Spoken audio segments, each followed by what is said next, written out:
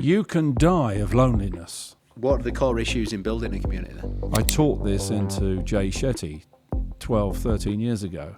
I don't think people really realise how lonely it is now for millions of people working from home. Many people don't do that. I would say 9 out of 10 don't do that. I don't know if I do. I have no idea. I'll have to go and check. Well, I can tell you. You'll be checking right now listening to this, won't you, folks? Welcome to the Action Coach podcast. Action Coach is the world #1 in business coaching. Since 1993, we've helped thousands of business owners and entrepreneurs worldwide smash through their limits and achieve extraordinary results.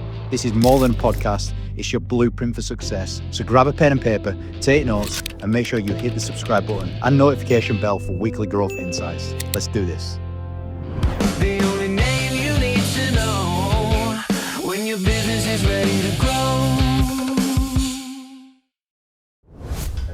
Yeah, good and rolling. All right, we've got number one. Thomas Power, the great Thomas Power. All right, I've got some interesting questions for you here. Community. What's the first thing that springs to mind when I say the word community? Safety. Why did you say safety first? I think it's the thing that people seek the most. I think we've created an environment that's really disturbed people. People seek community the most out of everything. I think so. But they don't necessarily define it as that. They might say group, they might say club, they might say place, they might say intimacy. But the thing about technology's connectedness power, its digital connectedness power, is it also has a double-edged sword. It isolates you and makes you feel lonely because it forces you into yourself. It's an internal experience when you're on a desktop, when you're on a laptop, when you're on a phone. You're in it with yourself, and it pushes people away. And you notice, even on a train, even coming up here on the train this morning, if I take my phone out, no one's on the phone. I take my phone out, everyone takes their phone out. A bit of mimicking and matching and mirroring psychology going on. People feel like they're safe inside this device or this desktop. But what's actually happening is the more influencers we have, and I mean influencers and influencers like yourself, the more isolated and lonely we become. It makes us more lonely to be influenced. We want to be in groups. We want to be in small, intimate groups. And even the 100 that we host is too big. People can't really cope with big groups. 30 is, if you look at somebody's phone, the number of calls they'd have in a month, it'd be about 30. Wouldn't be any more than that. Did you ever see I don't know whether this was Netflix or BBC, there was a documentary called Blue Zones. Oh, yeah. That's about the various diets in the different... Well, it was about longevity. It was about people living to 100 years old. Oh, yes. Yes, I did see it because they're Japanese. Yeah, and there was pockets of these places all over the world. Yeah. Where it felt like really random places where people actually... There's a dense population of people living to 100 years old in these places. Yeah. And they went in and studied all of these things and found out... what is the magic in these areas and these zones, they call them the blue zones, all over the world. And they found the magic. And it's community. Well, one of the many elements. Number one, everyone had purpose. Everyone felt they had the purpose in life. Nice. Number two, there was a community. A sense of belonging. Yeah. People that would interact with physically, you see them almost on a daily basis where there's routines and the community that they're part of. And that was a huge thing. And as soon as you're saying all of this kind of thing, it's making me reflect back on the blue zones. This is the key to longevity in life. It is, yeah. It is. You can die of loneliness. It can kill you. I mean, the thing about the blue zones is you've got to remember the climate's good, the food is good, the air is good, the amount of exercise you do is moderate. It's a very nice environment for humans. So you've got that physical time because your body's in such good shape, your food's so good to spend time with others. Many people don't have time to spend time with others, to belong, to be in a gang, to be in a club. So they get lonely or isolated, and that's why people are in so many WhatsApp groups. You know, church groups, cycling groups, running groups, prayer groups, knitting groups. There's literally billions of those groups. They want to belong. People want to belong. And companies don't let you do that anymore. You used to belong to a company, not anymore. So this loneliness, other side of the coin to loneliness is a sense of belonging. Let's just say that's it. Through a community. Yeah. Is this a human problem? Is this our problem? Is it our challenge to solve this, not AI's challenge to solve this? I don't think community can be solved by AI, but I do think AI can solve a lot of elements of community issues. Let's break it. I do think the community problem is created by humans, and I do think it's created primarily by technology.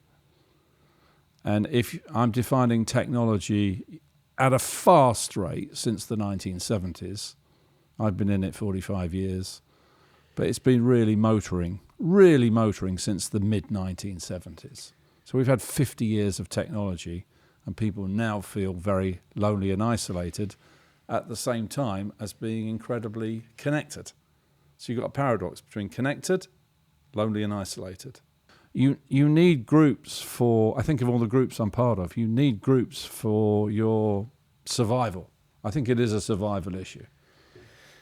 And you need many different kinds of groups, whether it's a cycling group, a prayer group, a church group, a running group, a knitting group. You do need lots of different types of groups because you need the randomness of the conversation to support you, to develop you. I love how you threw the knitting group in there then. Well, I'm just thinking about it because Tom Daly is in a knitting group. Is he? And he was on Traitors and he mentioned it. Okay. And I was thinking, So, what are the core issues in building a community then?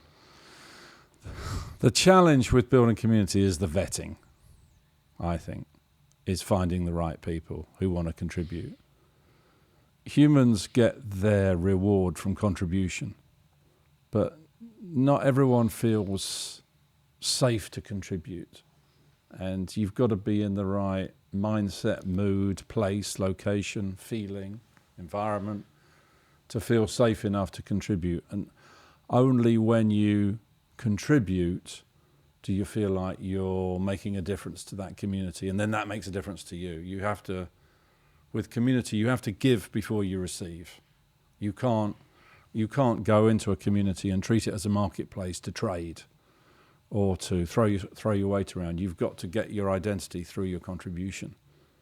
And not everybody's ready to give their contribution to get their identity.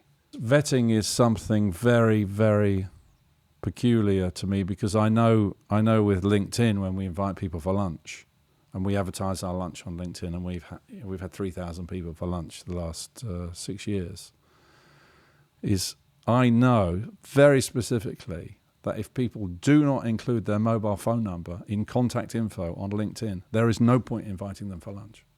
No point at all. If people are not prepared to chat with me on LinkedIn, on WhatsApp, before they come for lunch, and I have a call with them, there's no point inviting them.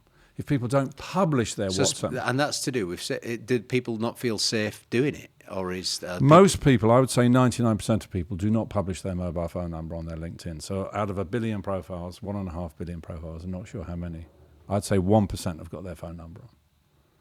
Those people feel safe. 99% don't. So I know 99% of people feel unsafe on LinkedIn, which I would think is arguably a safe, private business network. Yeah, so what I'm getting from there is be very selective. Be very selective. Be very, very selective on the kind of people that you want in the community that you build. Okay, so if that's very selective. If that's step number 1, what's step number 2? This episode is sponsored by Initium Corporate Finance, advising ambitious business owners up to and beyond a company sale. Now back to the podcast. Then really it's the interview process of seeing people in action. People speak about how they want to behave in a community, what they want to get from a community, what they want their brand to be, or their image or reputation to be. But then when you see them in lunch, it all falls apart. You have to see people at lunch and observe them in action and listen to what people say. Oh, I've just spoken with James, or I'm not sure about Susan, or I'm not sure about David, or whatever. And I get the feedback live and real time from the members. So I know who is and isn't suitable. A bit like an interview process. It is an interview process, yeah. So building a community is like building a team in the business, really. Absolutely. So it is an organisation. The difference is with an organisation, you pay people to be part of that organisation. With a community, they pay you to be part of your organisation. It's the inverse. You're paying a membership to be part of the organisation. With a company, you pay them to be part of your organisation. It's reversed. And I think it's more powerful because the qualification process is on the part of the member as well. They're qualifying you, they're assessing me or Penny or anyone else. We have to be right for them as well. It's two-way. I got it. So be selective, see people in action. What would step number 3 be? Well, obviously I spend a lot of time physically interviewing them. Yeah. Either like this or on the phone. But then I ask them about their expertise, what they want to be known for. Okay. And how do they want to communicate that expertise to the market? What you said earlier on, I wrote this down. People get their identity through contribution. Yeah. And I've just linked it to that point of expertise. What do people want to be known for? Yeah. Because then I'm guessing you got to work out what they're actually going to contribute into the community. And people can be an expert and not very good at marketing or sales. Right. Yeah, I can relate to that. People can be good at sales and marketing and not be an expert. So finding experts is really finding experts who know how to contribute and are experts and know how to promote themselves in a professional way is actually really hard. Okay, so be selective, see people in action, find out what they're known for. What's the next step in building that community? Give them a chance to present their skills to the group. Right. Either physically, on their feet, in a room, in a presentation theatre, or on a call, on a Zoom or a... What I'm getting from this is the importance of having a structure for building your community properly. Yeah. Because so many people would try and build a community and miss out so many of these steps. Well, they don't realise how long it takes for someone to get inside a community and present themselves. So they're not giving enough time to the settling in process. So because they don't know it, and the reason they don't know it because they've never properly settled into a community themselves. And you wouldn't know how to do it unless you've done it. Yes. So give them a chance to present themselves. Give them a chance to present their skills to the other members, and then listen to the feedback that you're getting about that person, whatever their skills are. And then obviously feed that back to them. Because when you put them into the search in the directory, and we have an AI directory that connects people, you want to make sure the key words in that directory match what people say about them. Because what you put in search is different to what somebody might search to find your skills. Somebody might put interviewer for you. They might put journalist. Someone else might put podcaster. Someone else puts questioner. All these keywords need to be in your search. Otherwise, you're not going to pop up. And people have to know all of that detail. And you have to know that yourself to put it into your profile so it comes up in the search. And it's complicated because it's got to be thorough. And if you look at how I taught this into Jay Shetty 12, 13 years ago, he listened to every single word I said and he did it. He did it. And I look at TJ, listen to every single word, and he did it. And there are only really a couple of examples of people who've done absolutely every single word I've said. And look at the result. Let's do the Jay Shetty example. What did he do? So you listen to everything. You say, what actually, if you had to say, these are the core principles that he put in place. This, and this. I think the very first thing you've got to understand that you were very good at badminton, right? Yeah. I was good at tennis. We also played football, rugby, cricket, and all the other sports. But we weren't so good at them. When you look at someone like Jay, he's a world-class content creator. Television standard. In the old days, he'd have been in the television business, making movies, making theatre, making drama shows. I think being a content creator is a new art form online. And he has that gift. TJ has that gift. Stephen has that gift. Daniel Priestley has that gift. But it's very rare. If you add up the number of real influencers that get through to you, that really get through to you and impact you, it's a very small group, isn't it? Yet there's probably millions of influencers worldwide now. And there's literally millions that you and I have never heard of. But the ones that get through to us, you can count on one or two hands. What's the content creation then? What's the link between that and community? Well, because they're so good at content creation, the community follows them. Because the big discovery really, I think, with content creation and with podcasting or any form of content development on these social platforms is income follows audience, IFA. Income follows audience, IFA. And every follower in your community is worth $1 a year. Now, even if you tell people income follows audience, even if you tell people every follower is worth $1 a year, even if you give them all the information, even if you lay it all out, if I write it all down, here's a prescription, step 1, put the kettle on, step 2, put the tea bag in, lay it all out for them, they still won't do it because they don't have the skill to do it. You can be clever enough, you can have a first-class degree, you can be into Oxford and Cambridge, but you still can't actually do it. And I think of the number of people I've met and the number of people I know who've done it, Jazz, Jay and TJ, 3. In a 40-year career, I've only come across 3. No, it's a gift. Have they got an energy about themselves? Is there anything that's similar between these guys? They're very careful with their thoughts. When you say careful, what do you mean? They make only a few decisions. They take in a lot of content. They only make a very few decisions. All 3 of them make very few decisions. Choices, I mean. But they receive a lot of content. They've watched thousands of hours of... I mean, TJ is 28 years old. It's 2026. He's been on YouTube since 2005. He was 8 years old in 2005. He's 29 this year.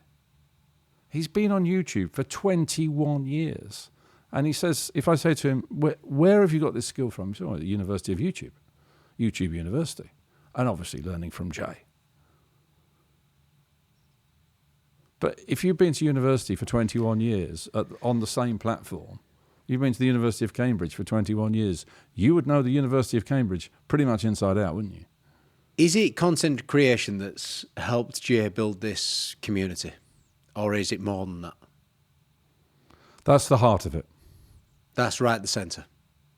But his ability to know what content is on the cutting edge of the next trend and meme. You've got to know that as well. You're not just got to be able to create the meme of the moment, what's fashionable. It's got to be TV standard. But you've got to be on the cutting edge of the next idea. So that when you say it, people go, oh, yeah, I've got that. Oh, yeah. Oh, yeah. Oh, I relate to it. So you get that relationship. I did hear Daniel Priestley actually say, you can't build an audience for something that already exists. You can't build an audience for something that already exists. Maybe true. I would have to think about that. But when, for the cutting edge, the next thing, that doesn't exist yet. The cutting edge, the next big thing that Jay's doing doesn't exist. So, yes, but if you're a very good aggregator, notice a Jazz, Jay and TJ, all very good aggregators. What do you mean? They listen to all the cutting edge minds and they aggregate them and sum them. And then pick out the trends, the meme, the pattern, the shape. All 3 of them are very good aggregators, exceptionally good. Nice point. They listen very, very carefully. And I would say the most important words I've taught Jay and TJ are income follows audience. Nothing is more important than that, because once they know it, they know it. And when Jay talked about what he wanted to achieve and what he wanted to create, this is back in 2013, 2014. I said, well, if you really want to do this, because I heard a lot of young people say these things to me over the years, because I was one of those people myself once, so I know when I spot them. Yeah. I know when I can see myself in the past. I think, oh, this person's a little bit like me. I said, well, look, if you really want to achieve this and get, he said, I want to make wisdom go viral. Well, what does that mean? I want to make wisdom go viral. I said, if you really want to achieve this, you're going to have to make 1,000 videos and put them on every social network until one ticks, until one clicks. And he went, all right then, I will. And he did. And from 2016 to 2019, he published 1,000 videos on every social network in the world. And in 2019, boom, off it went. And then it just kept going after that. Yeah, look, there's no doubt about it. That is a good sort of principle to live by, isn't it? IFA. Yeah. It's a good principle. Yeah, even on micro levels, because there's... It's also independent financial advisor. I know. Yeah, I got it straight away at that point. There's people listening right now that, they don't want to be this big follower or a big influencer with a huge amount of following, but they do want to build a community, and they do want to be part of a community. They do, yeah. Thing about Be selective, see people in action, find out what their expertise is, ask them what they want to be known for, give them a chance to present that expertise, see what it's like, listen to the feedback, then give them back the feedback that they've received. What's next once they've done that? Is it yes, I've been accepted into the community or not? Well, here's the terrifying thing. We do all of that. We still get 3 out of 4 right and 1 out of 4 wrong. Okay, so you're 75% right. So Jack Welch says this: if you can ever get your recruitment to better than 70% correct, you are one of the finest in the world. And he's recruited more people than anyone else in the history of any other business. Well, that's comforting to hear. So 75%, that's good. 3 and 4. So if you do all of that, 3 and 4, but is there a celebration at the end here? Just finish this off, this sequence. Is there a celebration? I mean, how do you enroll someone in and give them the name badge, so to speak? Well, Penny creates a whole celebration box that she sends in the post with a whole series of gifts inside. That we custom pack ourselves personally custom pack. With certain gifts inside that they've requested on their way through the process that they don't know they've requested.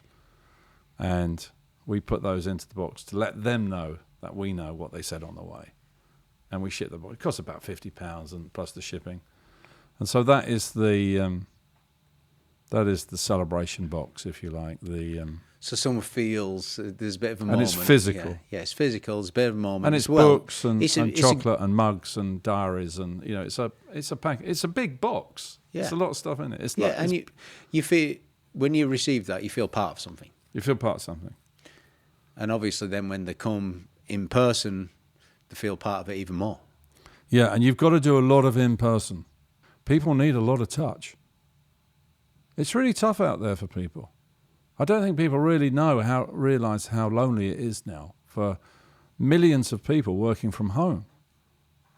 Millions of people, young and old, are working from home. They're isolated. Their kids might be at school. Their spouse might be in an office. Is it lonelier than ever before? I would say so, yeah. And so from COVID on, I mean, COVID was the switch into remote working, wasn't it? That gave permission for remote working. I know there's been a big return to the office, which I actually agree with because of mentoring and support on youngsters coming through. But I was talking to a chap last week, 2 chaps actually last week in Singapore, who are coming back to the UK because they feel so isolated in a tower block in Singapore. And these are professionals. These are not lightweights. These are hardened. But it's just too lonely here. And they use that word. And they said, when we get back, can we join your group because we want to be part of something when we get back. I want to be part of something and then see where that leads. And I relate to that. But they both use the word, it's too lonely here. In Singapore, which is must be one of the top cities in the world for earnings, wealth, lifestyle, safety. I think it would be certainly in the top 10. I've certainly heard one famous person say about they relocated to Dubai and came back and said just felt lonely out there. Yeah, I've heard the same thing about Dubai 1,000 times. Dubai, they're chasing money. It's not going to end well if you chase money. You've got to chase belonging. You've got to be part of a group. Chase belonging. People want to be part of something. So once you've got a group, talk to me about leadership and ORS and CSC leadership. I think in terms of leadership of the community, I pass to my wife because she's actually a lot better at that than me. She's got the detail. She's got the very fine detail about community building. And she's very precise how she talks to every single individual, because we only run small groups because it's very hard to be intimate with more than 100 people. At least we can't find a way to be intimate with more than 100. That's our capacity. But both of us make sure we speak to everyone all the time, and everything we do is bespoke for each one of them. So it has to be in line with their needs, and their needs are not just business needs. Their social needs, their family needs, learning about health issues with children, with grandparents, with dealing with a death or dealing with probate or whatever might be involved. That you have to know everything about that family. And of course you'll know the spouse, you'll know the children, you might know the grandchildren, you might know the dog, the cat. So even knowing 100 people, you might know 400 or 500 people, because you know all the family members around. And then there's other events, there's challenges with siblings or brothers or sisters, or this has happened with my aunt, or this has happened with my brother. And, there's a lot of information around the 100. And so leadership is very precise and intense and bespoke to each individual. And you would expect it to be. CSC, closed, selective and controlling. Yeah, this was a breakthrough in 2009. I was on a TV show like this with what's his name? Mark Sinclair, Kiwi. We were in Bristol.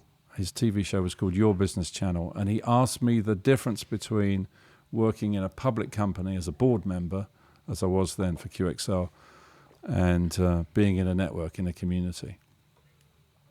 And when you're on the board of a publicly listed company, you have to be very careful with what information you share. So you've got to be closed. You have to be very selective what information you share, and you've got to be in control of everything. That's the nature of being a board member of a public company, and I've done that a few times. And it still terrifies me when I do it. When I'm a director of a public company in Singapore, and it's huge responsibility to have that role, because it's the complete opposite of being inside a network, inside a community. It's the reverse. And you have to, when you go into a board meeting, you go into CSC mode, closed, selective and controlling, because you must protect those shareholders and those staff members and those suppliers. So you've got to be in that mode, and it's the reverse of my natural state. But I do it because I must be in it to know it. And that's why I've always accepted those board seats whenever they've been offered. But that's really good lessons for our audience on how to conduct themselves and the mindset to have when they're going into board meetings, if they're establishing a board even in their own business, listening right now. Particularly when it's publicly listed. Which is a minute percentage of the audience. But what bits of that are transferable to the small business listening right now? I would say only for companies, small businesses that are prepping for an IPO to go public, to bringing in a board of directors, raising a ton of capital and taking it public. You've got to be like that, and choosing those board members is a very, very careful, challenging thing. Like choosing people for it's incredible. But with people in a community, you're looking for people who are ORS. With people in the board, you're looking for people who are CSC. And an ORS is open, random, and supportive. In the same way you share your mobile phone number on your contact info on LinkedIn, That is being open. Many people don't do that. I would say 9 out of 10 don't do that. Oh. That's being open. I don't know if I do. I have no idea. I'll have to go and check. Well, I can tell you. You'll be checking right now, listening to this, won't you, folks? Go on contact info on LinkedIn and check James Vincent's Action Coach. You've given the listeners a little bit of permission to... They can relate to the point, oh my God, all this randomness that I've been doing, I've been beating myself up around. It's not It's a bad actually thing. necessary. It's survival. I think ORS is survival. CSC is necessary if you're a board member of a public company. That's different. That's a behavior pattern in an institution. But if you're in a community, if you're in a network, ORS is survival because the last letter S is being supportive. You have to be supportive of everyone around you, even if you disagree with them.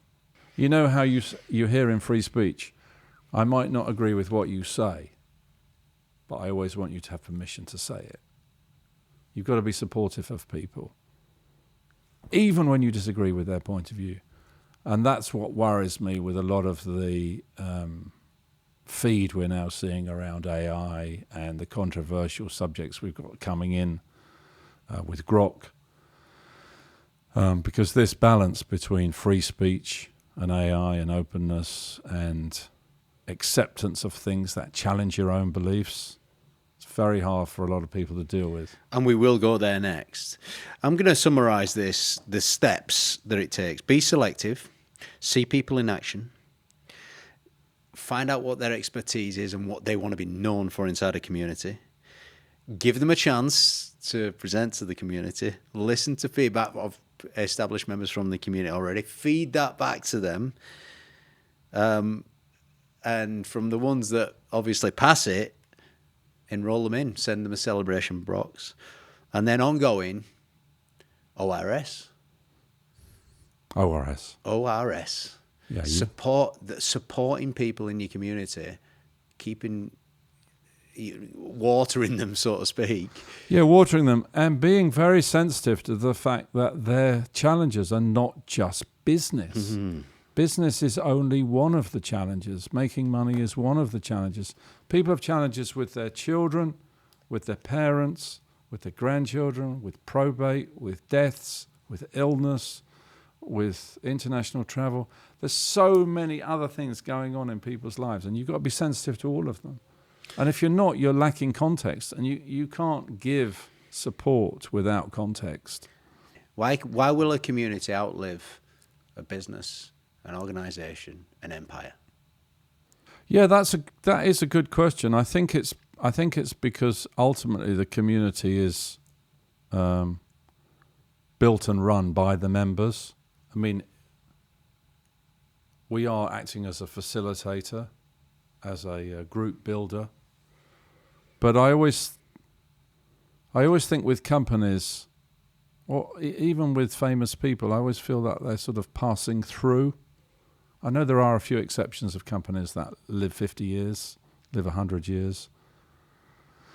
But I think also with a community support group, you want to make sure that the people in the community, that their children can come through behind them in that community, as we hope ours three do come through behind us and continue this kind of community support work. You've made me think of the two words that you've mentioned earlier on at some point, purpose and belonging. Yeah. And those two, I mean, that is the key to longevity according to Blue Zone's research. It is. Sense of purpose, sense of belonging, community that comes together, in-person contact. You live forever. The IFA, one of my favourite parts, that little process that we kind of concocted there of 7 steps to building and establishing a community. The simplicity of that's been my favourite part. What's been your favourite part of that first conversation on community? Oh, it's the quality of your questions. You know how to get inside my head. Mm-hmm. It's beautiful. Build the community. Great words from Thomas Power.